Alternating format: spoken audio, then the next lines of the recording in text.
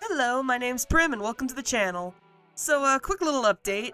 I know it's been a while since my last upload, and that kinda came from me being a little too ambitious with this video.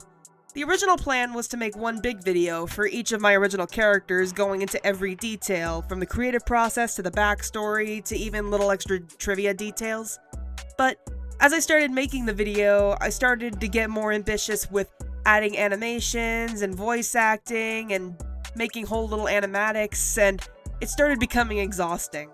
And I didn't want to get burnt out. So I started worrying that it would take too long between uploads, and I didn't want my viewers to get bored. So I figured out that a good way to release this video was, I guess, to make it more digestible for you guys, and release it in parts. So I can give you guys something to look forward to, and have a little bit of expectations on what will be coming next. With part 1 being all about the creative process, part 2 being powers and abilities, part 3 being on personality and backstory, and part 4 being on relationships with canon characters.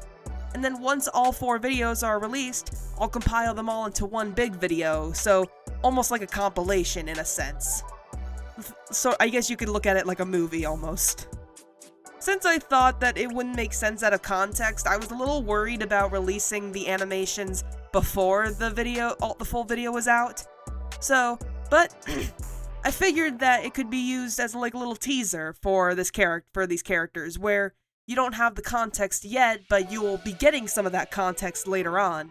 Which I guess is what happens a lot with certain shows, where you're introduced to a character, and then there are certain little details that don't make sense yet until you learn more about them later on.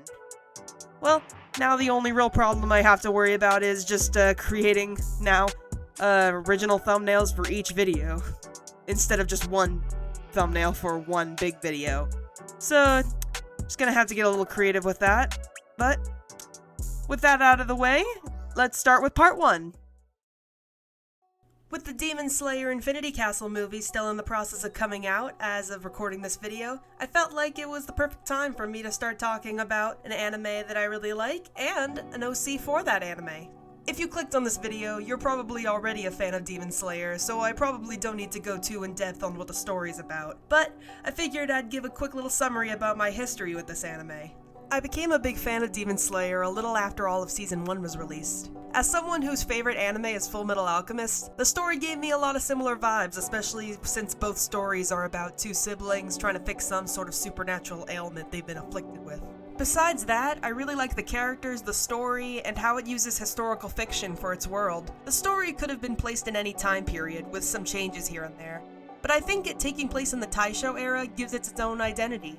Any story that gets me to do some research on history or culture earns a lot of points for me. I know I'm not alone when I say this anime made me learn a lot about Taisho-era Japan for a bit.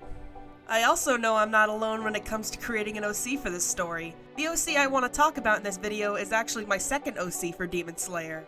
But I decided to first focus on my second one since I found myself getting a lot more attached to her than my original one. But we'll save that for a video later down the line. But for now, let me introduce you to Raya Okui. Chapter 1. My creative process. The initial creation of Raya came from watching the anime Dororo, which is also about a demon slayer of sorts, except this one, named Hyakimaru, is killing demons to get most of his body parts back, as his father sacrificed him to 12 demons. He fights using prosthetic limbs, and his most iconic features are his sword arms. I thought that they were really cool, and I wanted to do something similar with one of my characters. Initially, Raya was just a sketch with a dragon tattoo on her right arm, but after watching Dororo, I changed it to a prosthetic arm. I even did some research on prosthetics to see how advanced they were by the early 1900s, and I found that they were pretty similar to doll arms with ball joints. Luckily, the Demon Slayer story even shows an advanced form of this technology in the Swordsmith arc with the Yoriichi battle doll. They do say in the story that no other swordsmith has been able to figure out how it works, but I think that's just because it's basically a robot, and I just need the proof that something like Hyakimaru's prosthetics is totally possible within the rules of this world. It even gives some other ideas for my OC's backstory, and by the end, Raya Okui came to be. Naming a character is always a tricky thing, especially if it's a character with a name that isn't within your native language. So I had to do a ton of research on Japanese names. For me, I tend to get really attached to the first names I come up with. I found I really liked the name Rhea, and so I wanted to go with that since it felt very fitting in a way that I couldn't really explain. It's kind of like when you meet someone, you learn their name, and their name just feels so fitting in a way that you can't really put into words. I came up with the last name Okui after googling a bit, and finding that it translated to gluttony, which I originally had as a major part of her character. Her love of food is still there, but I decided to not make it nearly as prevalent as it once was. But I still liked the way it sounded, so I decided to just look up different kanji that sounded the same but with different meanings. And luckily there were a few sites that gave me some different results for what each kanji meant. Here's the kanji I used to write her name. I combined rei, which means spirit or soul, and a, meaning beautiful. Her last name, Okui, uses the kanji o, meaning student or pupil, ku, meaning craftsman or artisan, and i, to love or to be devoted to. Altogether, her name roughly translates to a devoted craftsman's spirit with a beautiful soul. At least I hope that's what it translates to. I'm not fluent in Japanese whatsoever, but I did my best to really look into the different kanji used in Japanese names. If there's anyone who does speak Japanese fluently and can read kanji, I hope this name works for what I'm going for. When it came to her actual design, her hairstyle pretty much stayed the same, except when I first drew her, I had it slicked back and up with a ponytail, as you can see. But I hadn't actually thought about what the hair looked like when it wasn't tied up. I looked up a bunch of different bang styles, and for a bit I came up with the micro bangs look, but eventually I landed on this style. I'm not sure what you would call this hairstyle, but it's extremely common in anime. Even the main character of Full Metal Alchemist, as mentioned earlier, has this hairstyle. You can even see it on my avatar, since I felt like it was the most accurate way to draw my own hairstyle.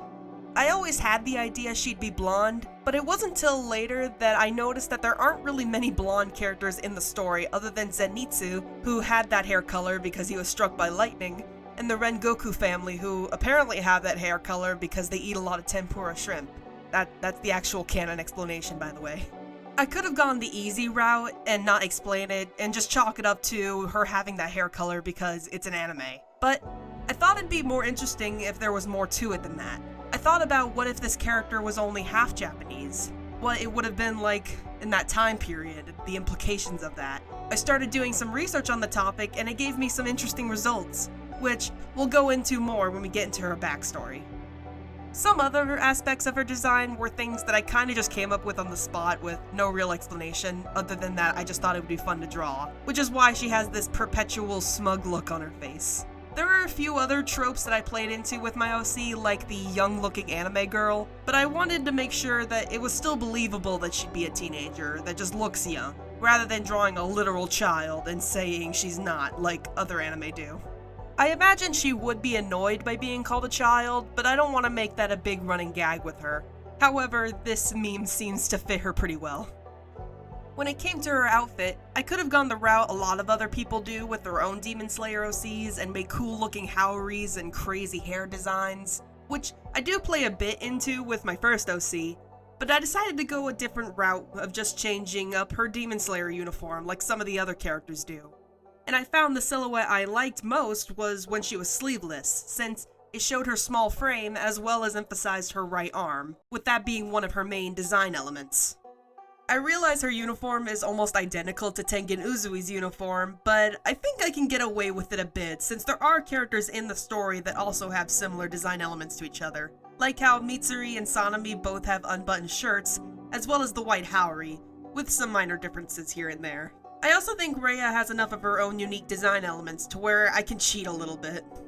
I could argue that there's an in-universe explanation for this, with her taking cues from other people's style, which I did notice that her hairstyle is also similar to Rengoku's, with the kind of slicked back ponytail that they both have. And that was completely unintentional, but it gave me an idea to maybe add that as an aspect of her personality, where she likes to take cues from other people and maybe even copy their style a bit. When designing a character, it's good to know where you can have specific explanations for their look, whether it could be from an artistic perspective or within the story. It's also good to know what parts of their design can be easily accepted by the audience, and what parts might need to be explained a little more in the story. It all depends on what you're trying to get across with them. And with that, I'm gonna leave the video right here. Next time, we're gonna go into Rhea's breathing style and different abilities to help her slay demons. So, hopefully that shouldn't take too long, especially since the audio and pretty much everything, a lot of it is already done. I just need to get the visuals done and edited. So, be on the lookout for that. Bye-bye, dreamers!